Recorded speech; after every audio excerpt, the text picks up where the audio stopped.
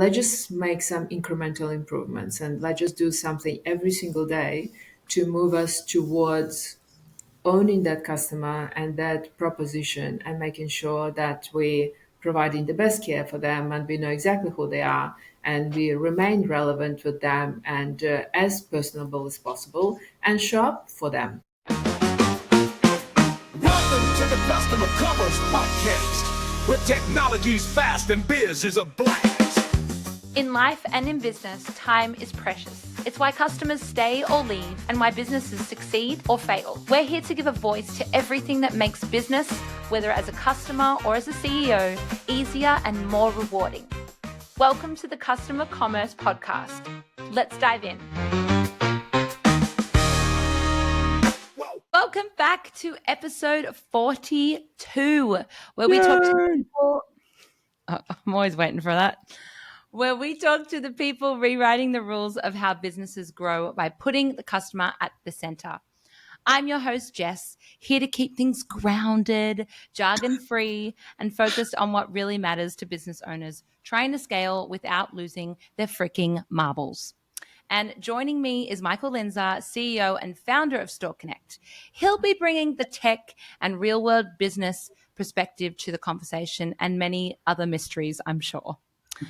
Our guest this morning is Anna Samkova, founder of Albany Advisory and former group general manager of Brand Collective. She's helped some of Australia's biggest retailers move beyond points, discounts, and disjointed campaigns to create strategies that retain customers and grow revenue, which we love. But beyond her work with data and customer experience, Anna's also been a really strong voice on LinkedIn, calling out outdated ideas and encouraging business leaders to actually show up online. So before we get deep into loyalty and customer ownership, good morning, Anna. Good morning, both. Thank you so much for having me. I love this intro. I'm glad that you're recording it because then I can just rehash it and recycle it all over my LinkedIn. So thank you. You can also have it as your voicemail, you know. Or intro Thanks before for that you pick up a suggestion. call. It will kill my accent, so no one will believe it. No one will believe it. Anyway, so it's like, no. Anna's currently unavailable. She's currently busy doing rewards, loyalty, and calling up people on LinkedIn. But if you'd like to leave a message, we'll get back to you shortly. Exactly. Thanks, Michael. Well, Anna, we were recommended to have you on the pod actually from one of our team members listening to the Add to Cart podcast. And since both of us, Michael and I, following you online, we've been incredibly impressed with how present you are and kind of no BS, presence online. You do LinkedIn Lives, numerous podcasts. You're kind of everywhere all at once, but in a good way, not in just a, on there for promotion, clickbaity. Yeah. And so I have a question to ask, which is what made you start becoming so vocal on LinkedIn and what's been the biggest shift for you since doing that? Wow. Would you like to make a disclaimer that this is completely impromptu and I have no idea what questions you're going to ask me? So if I'll start going, not sure, this is why. I think it's a great question and a great question to ask me because in full disclaimer, I absolutely hate social media. My pictures on Instagram probably from 2020 and that's not probably posted by me, by my family. So yes, I am one of those, not early adopters, absolutely hate it, very private person. And here I am. People usually text me and call me sometimes and say to me, you are all over my LinkedIn feed, unapologetically. I did not know how to post on LinkedIn in September last year. Wow. I'm just going to post. Yeah, that had no is idea. Wild. You had responsibility of social media thrust upon you as opposed to seeking it out and wanting to display all of your awesomeness. It was more of an evolution into, well, I want to get a message out. Is that? Yes, very much so. But then I heard, that cliche that that platform is for resumes only and for people seeking for jobs. And I wanted to dispel that because that may had been true 10 years ago, but that's no longer the case. So this is the social media platform for professional people. and the best platform to educate, add value, being of service, building community, supporting the community, and nurturing the relationships. So I thought maybe I need to do what I preach and do it quite openly, because I have been a very private person for a very long time. So most people didn't know about my personal story until that podcast came out, I think in December last year. So I had a lot of messages and phone calls ever since then, because people know me for a long time. I had no idea about my background. So here I am on LinkedIn almost every day. But I'm having a lot of fun because I'm building incredible relationship. I'm meeting amazing people, amazing businesses, and it's great to be of service to them, do the introductions, support them. And I do a lot of interest when I see that business is doing some amazing jobs, some startups especially, then I'll introduce them to my wonderful world of retailers where it's applicable. So it's just nice to be absolutely selfless on that and dispel the myths, as I like doing it, about LinkedIn being all about announcing your milestones, come off the platform without saying hi to anyone, and it's like me. I started this position, I finished that position, and that's about it. That's the only time you see people. So I just want to take people on the journey that's no longer the case. You have your voice, you have your own talents and skills. Just let people know who you are and what you can do for them and what problems you can solve for them as well. Don't be the best kept secret. I love that. I definitely had that first impression for LinkedIn. I only came on LinkedIn like really a few months ago properly, when I started working for Store Connect, and realized, oh, I can't just be running the page. I need to have a profile. Yeah, I need to be linked in myself. And I was like, oh, it's going to just be a bunch of like people just being like, yep, did this certificate. And a lot of just like almost uninteresting things to me. And I don't know if the platform's changed over time. And like you said, like now you're just trying to push the almost the new wave of help leaders almost. And I love scrolling through LinkedIn in a educational, inspirational, motivational kind of way. Have you noticed how it impacts like the reach in which you get from posting? Because I think a lot of business owners, myself included, as an artist and a content creator, is like, but I'm still showing off in a way. And how are people going to want to be interested in my service or be interested in the business, as opposed to just like, oh yeah, I've read that book. And it's just kind of just talk. It's not actually like a business exchange. Yeah, no, it's a good observation. No, but you're right, because most people think like that, because I don't want to feel salesy, but it exists in your mind. That's all. This is just a mindset shift. If you think that you're salesy, you come across as salesy. If you feel like you've got something to say and adding a lot of value to what people want to hear, then that's exactly how you're going to come across. And can you tell that I coach people as well? So I do lots of coaching. That's why I know these pain points, and it's very easy to compartmentalize that as well, because it all exists. A lot of things and a lot of problems exist in our heads, but we just need to remember that humans love dealing with humans. You're not going to see the business page, and if you don't know that Michael, who you met on a number of occasions behind Store Connect, the Store Connect will have zero personality to you.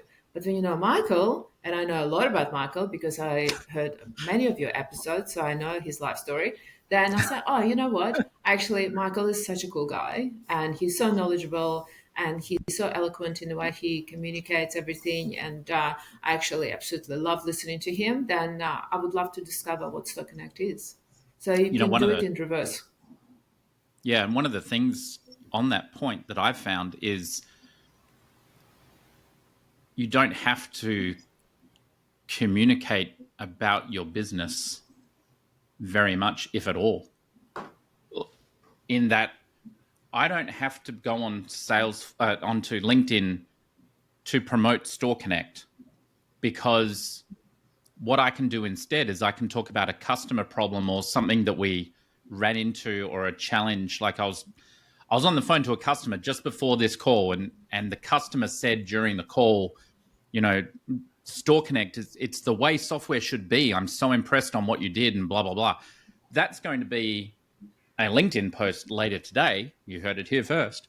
But the way that I'll post that on LinkedIn is not positioning it on, look how good Store Connect is. It'll be a lot more positioned along the lines of, as an entrepreneur, you get so many setbacks that occasionally when a customer says something like this, it really resonates with you, right?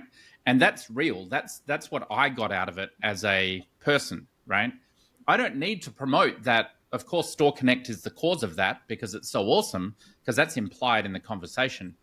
And I think from Anna's point, I love the thing about in the mindset. It's like when you're on a call with a sales prospect or someone you're negotiating with. If you're on a phone call and even if they can't see you, if you're smiling, that comes across, right? So it's the same thing. If you've got the viewpoint of every LinkedIn post has to be a sales pitch, it's going to come across as sales pitchy, and no one's going to follow you because you're not being human. You're just being some random sales bot trying to promote a product every time. It's like you want to do some jabs with some real human viewpoint and then follow in with a right hook on, by the way, I work over here, or this is a unique problem I solved. And if you look through any successful LinkedIn posters, like it's only every 10th or 20th or 30th LinkedIn post that they even mention their company, because you don't need to. Absolutely. And it needs to be relatable. So ideally, it is a good idea to communicate about failures and business case studies and wins, and not so much so, because we're humans. We live in that human predicament where we have good days and we have bad days. We have amazing wins and we have terrible failures as well. And it's good. People can relate to that. So that's why I think when we humanize the platform, makes it so much easier. And Michael, what you mentioned, you just had a call with a client. I'm sure it was probably call number 7, because I know that you have many, many meetings starting from 5 o'clock in the morning. And you quoted on one of the podcasts that you had 11 meetings before 10:30 in the morning. And I thought, that was one particularly bad day. Yeah. But Yeah. Okay. Well, whatever. You have you're a superhuman with the superhuman powers, but good for you. I can't do that. But yes, ideally, we should humanize. Yeah, the head's getting too big for the screen on my side. You're gonna have to calm down, Anna. I'm a big fan. I'm such a big fan. I think you guys doing an amazing job, and I'm so excited. I love the name of the podcast, and customer centricity for me, it's a big focus for me. It has been for many, many years. I think I came up with the term before the world caught up with it. Not that I want my head to be super big, but it's just, I thought it was just so simple. If you focus on your customer, you don't have to worry about your sales budget. It's just so simple. That's all you need to do. Yeah. Well, I believe that because when listening to you on the Add to Cart podcast, it was like I could tell that you could give 10 times more information, more examples, but you didn't really have time. And I want to get into the juice of the episode, specifically around loyalty, because that word. Question before we dive into that, because I'm good at derailing. Get it? Can you just explain to our listeners what you do? I mean, Jess gave a great introduction, but what is it that you do for your clients? Sure. What problems do you solve for them? Yeah, it's a very good question. I stepped into consultancy about 12 months ago. I didn't know that I'm going to become a consultant, so I just left my corporate career and I decided not to have a full-time job anymore, but I didn't know what I wanted to do. And then I decided that wouldn't that be a good idea to be on sabbatical for an undisclosed length of time, which lasted 2 months, and I was so bored that I absolutely hated it. So it's just not my cup of tea. It's not for me. And I had so much knowledge and expertise that people kept reaching out to me asking, like, what is this sabbatical business? And when are you going to step out? So when I stepped out, my pipeline was filled within weeks. And I consult to enterprise size retail businesses and e-commerce brands on customer strategies, CRM, data analysis, data audits. I do tech audits, and putting everything in order so that they can focus on their customers, and in a way that it's not in an instructional way, but in a way I take them on a journey. So I tell them the story, who the customers are, Nice. what the behaviors are, what ideally what sort of activations we should do about it. And no, I don't step into the brands and tell them that they need a loyalty program. I actually tell them, no, they don't. Let's just have a look at what your customers are doing and if loyalty program would be of interest to them or not. And if it is, what kind of perks they would want to see. So you just need to sometimes reverse engineer the whole proposition. So it's not like me coming in. It's like, listen to me. I've been doing this for a long time. Me. No one cares. So, but and just turn it around and say, let's just have a look at your customers. What do they do? But every single business on the planet, B2C, B2B, they have a customer or they have a client that they need to serve. It's just as simple as that. So I'm just trying to, and I help the brands to realize the power that customers have and the impact they have on their bottom line. Beautiful. And so I guess when you're consulting with businesses around the loyalty aspect, I guess they're going, yeah, we're going to do this and this, and you're going, whoa. That's not even in the important list of things to do. What danger does that create when they do jump in to the unnecessary, we're going to do discount cards and loyalty vouchers and all these kind of things? Where do the alarm bells go with that thought of like, hold up, why? First of all, I do admire the appetite for loyalty because they are taking off, but then we also need to have a look in which sector they're taking off. And is it because macroeconomics turbulence that drives people to save more and pay more attention to vouchers and coupons? And this is within the supermarket sector or food sector, for example. So not everything is created equal. But so I admire the appetite for loyalty. However, I prefer to take maybe one step back and say, okay, when was the last time you asked your customers for feedback? How do you collect that feedback? How do you review it? In which form? What are the themes? And then we just filter it down and go into more detail around it. But I'll give you a perfect example. So I have a current client. It's a very big brand, and they approached me a few months ago and they said to me, we have this massive database. We've never had a loyalty program. They've been around for many years and they're very well established, and we think we need a loyalty program. So my question to them was, when was the last time you asked your customers what they want? And they said, well, we haven't. And I said, do you think it would be a good idea to run the survey and ask them a few questions? And they got very excited about it. And they're very good listeners. So, and they execute on my suggestions very quickly, which is great. I mean, that's why you get a consultant on board. Otherwise, if you don't listen to me, like, don't waste your money. Mm-hmm. So they're very receptive to any feedback. So they ran that survey.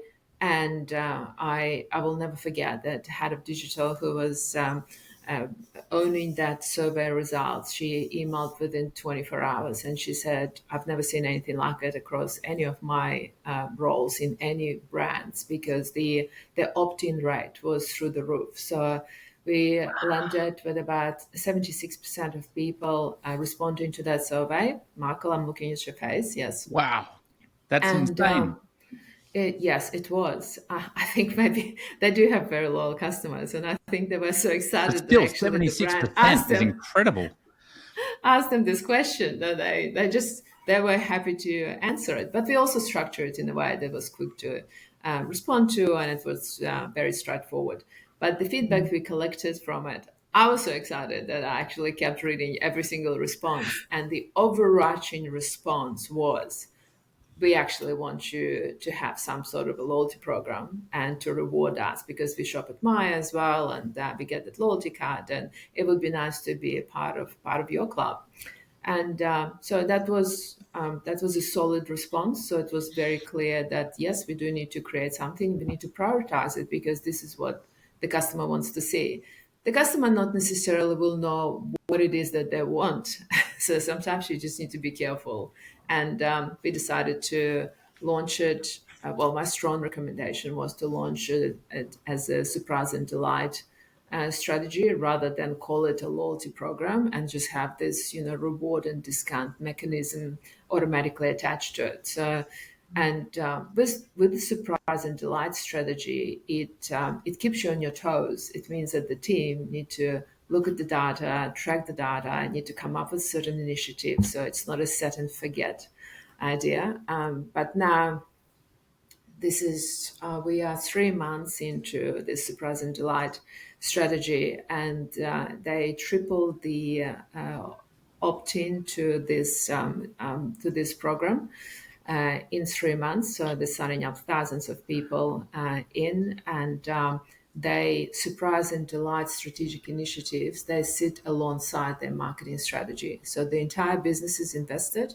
The entire leadership team is invested. So they're it's part of their discussion in trade meetings, and that's how we track it as well. So That's really cool. It's been an amazing exercise, yes. And they purchase even their buy team. They purchase product to run gift with purchase initiatives at certain times of the during certain events during the year. So it's been they really own it, and they really stepped up into this challenge. Just I think because they see the response, and not to mention because it's an omni-channel retailer as well. Not to mention how excited their team were, because they have that brilliant story to share with their customers and tell them, well, if you remember, this is what you're getting, and sign up here. So they literally all stood behind it, and that's what contributed to its enormous success. So I'm very proud of that. Yeah, you bring up an interesting one there. Surprise and delight can be really challenging if you don't have a system to automate the surprise and delight. And it's strange that I say that, because it's like, well, hang on, if it's surprise and delight, shouldn't it be ad hoc? But really, at the end of the day, we have clients building this into their Salesforce part of Store Connect. Excuse my computer nudging me there. I'm just going to turn on recording. There we go. We have this built into some of our clients where they'll build up different surprise and delight activities that pop up at different points of that customer's life cycle within that company. So they might have 50 different surprise and delight activities all loaded up into the system that are then applied at different points as that customer orders more and does things. I mean, one of our clients did something where when you do your 10th order, there's no pre-warning. As you're doing your checkout on your 10th order, the Store Connect system comes back and goes, hey, congratulations, this is your 10th order. Here's 10% off, this order. And there's no pre-warning that that's happening. It just suddenly appears in their checkout. The promo code's automatically applied, and the customer's like, holy, that's amazing. But we've jokingly, we were on a call a couple of weeks ago and someone asked us, what could you do with the dynamic promotions? And I jokingly said we could set it to be a percentage discount according to the current phase of the moon per weather.com. And they're like, you what? So you can do really interesting things, but you can create these in an automated manner while still being human. And I think that's part of the challenge with the whole small business and even mid-market and even enterprise. It's where do you get the resources to put into these initiatives? It's all well and good having the bright idea, but unless you have a way to implement it, I guess that becomes a big challenge. Have you experienced any of that? It's like clients coming in with 1,000,001 ideas and then they sort of get overwhelmed, and do you help them narrow that down, or what are you looking at for the first benefit or something when you're going to a client engagement? What's your framework around that? Many things. And Michael, everything what you've said, it's very valid, because the idea is not as good as an execution. So someone needs to stitch it together, and someone needs to put a plan around it and run it as a project. And sometimes, yes, it comes down to the lack of humans in the organization or the right skill set. So because not everything needs to be dumped on head of digital or a digital person, as it normally happens. Right. So performance marketing, profitability of every single channel, the affiliate channels, and every single platform, social platform as well. So they have to handle a lot of things. And unfortunately, I do see it a lot that the CRM part of it and the customer ownership part sits in the digital team. It was like that at Paz Group initially and then later Brand Collective, but only because I came from loyalty and marketing background. So, and I fell into digital. So that's why we kind of married the two. So loyalty people were reporting to me, marketing at some point, and the chief of customer experience and all heads of digital as well. So we just kind of, we centralized the whole body, but then you just need to know that someone who is leading the team, they need to have enough knowledge and expertise to know how to manage the team and how to align to all the efforts with the strategy as well. So it needs to go hand in hand. So there is that lack of CRM expertise, and I think I spoke enough on many podcasts about customer ownership. When I ask a question, when I walk into any organization, and the first question I ask, who owns the customer? I love that. And I have two types of answers. It's everyone or no or one. no one. Yeah, that's right. And it's a problem. You have a totally. problem. Yeah. So everyone is no one, and no one is not a good answer, because if we're talking about customer centricity and you include it in your board pack how customer centric you are, well, maybe it's a good idea to back it up. Well, show me how customer centric are you? Do you know your customer lifetime value? Do you know the AOV of your VIP customer versus not VIP customer? And not to mention the churn rate and the adoption rate and all the metrics that we can trickle down, and retention, which is also now very controversial metric to discuss, as per my recent LinkedIn post. But we don't have to dive into it. But yes, the ownership of that channel is very important, and it can't be the person who just sits in the corner and we call that person a loyalty specialist or a loyalty manager, and that person sometimes produces the reports for the executive team, and that's how it happens. So I think the ownership needs to start from the owner of the business or the CEO of the business, and it needs to trickle down, because only those people, or the founders, only those people can prioritize the pipeline. And if it's not a priority for them, this is not going to be a priority for the team. It just won't. And they will come up with millions of other excuses why their pipeline is already bloated and the roadmap is just so overwhelming, and they don't have enough developers and they don't have enough humans to execute it. So let's just make it happen in 2036. Yeah, that's right. Yes, all of these things are important. However, I also like to break things down a little bit and say, okay, well, this is in congregation it's overwhelming, but let's just make some incremental improvements, and let's just do something every single day to move us towards owning that customer and that proposition, and making sure that we providing the best care for them, and we know exactly who they are, and we remain relevant with them, and as personable as possible, and show up for them. And Michael, I think you mentioned in the latest episode about the Shopify outage. I think your ideas were brilliant around there is no one's going to prevent it from happening again.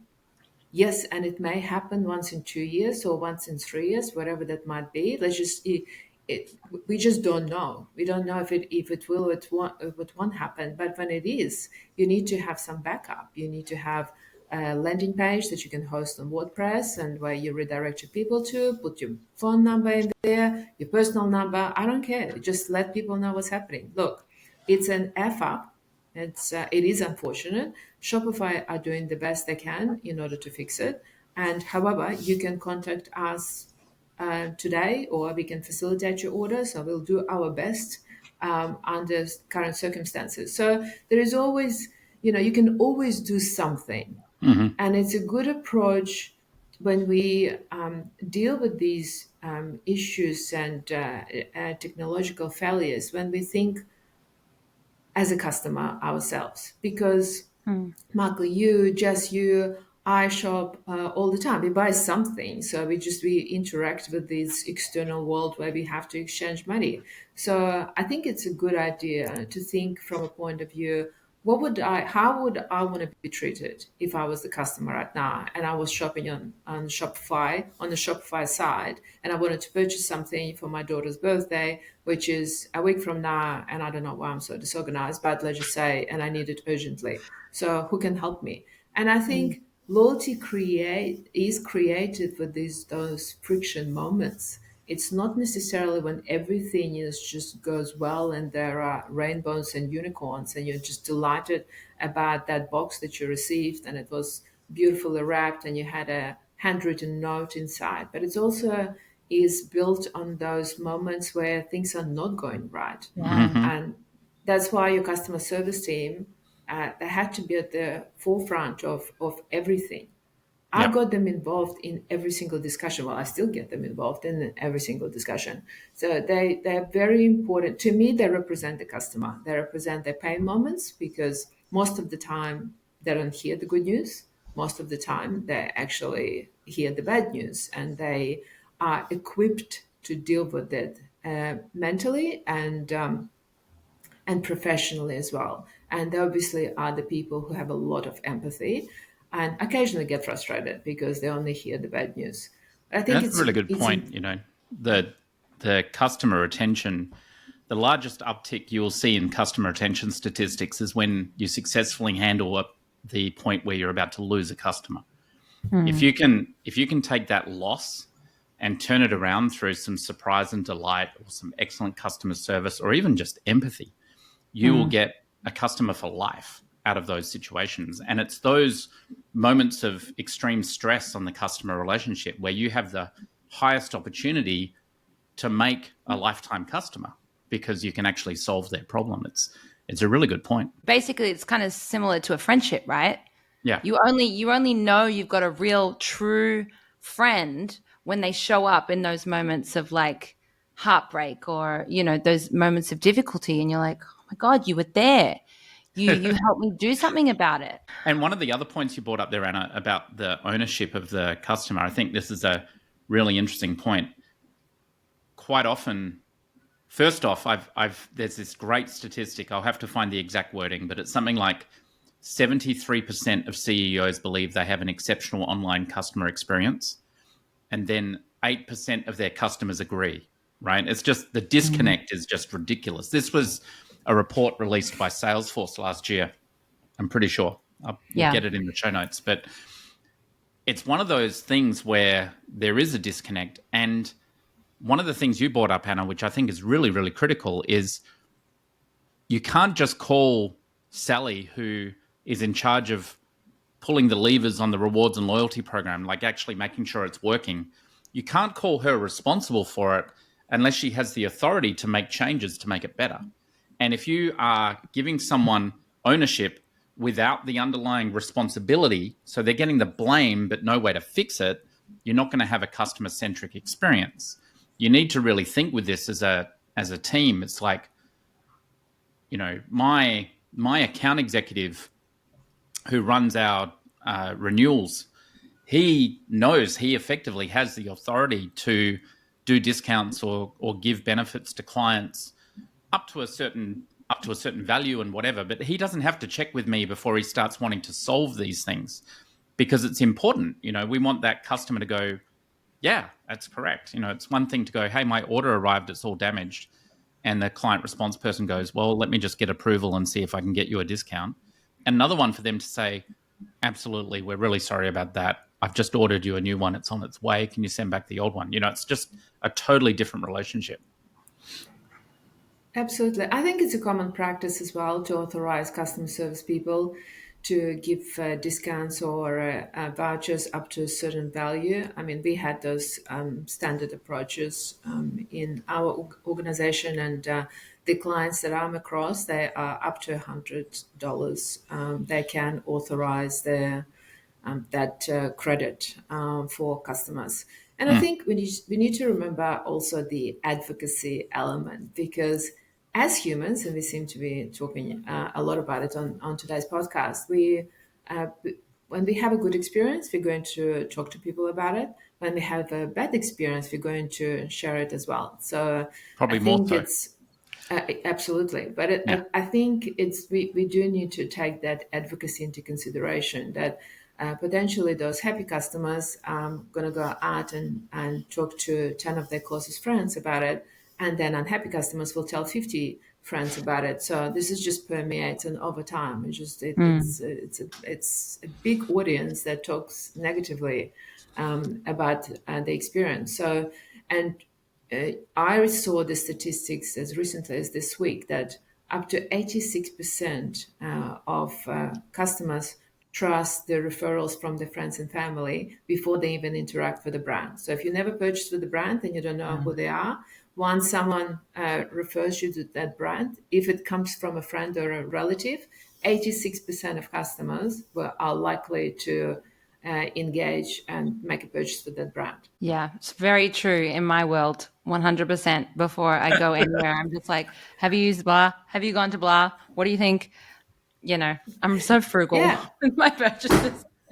I'm like, if I'm I want high quality and I don't want to regret the purchase. Yes, you're the one who introduced me to the term girls math. Girl math. Anna. Yes. Anna. Oh my gosh. This is going to change your whole world. You know why? Because it justifies every dumb purchase.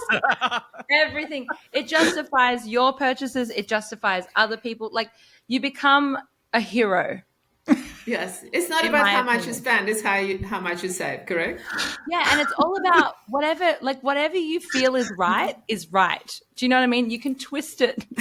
Michael's going to have to deal with it because he's going to raise a teenage girl soon. Oh my God!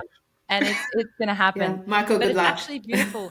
And I want to mention brands are actually putting this into their promotion now. Like, I don't know if it was Mecca, but they've been doing like makeup brands being like, cool, this blush is $50, but really it's 0.15 cents per wear. So you're good. So then girls are going, well, this blush is actually 15 cents. You know what I mean? That's actually not a bad. That's almost boy math.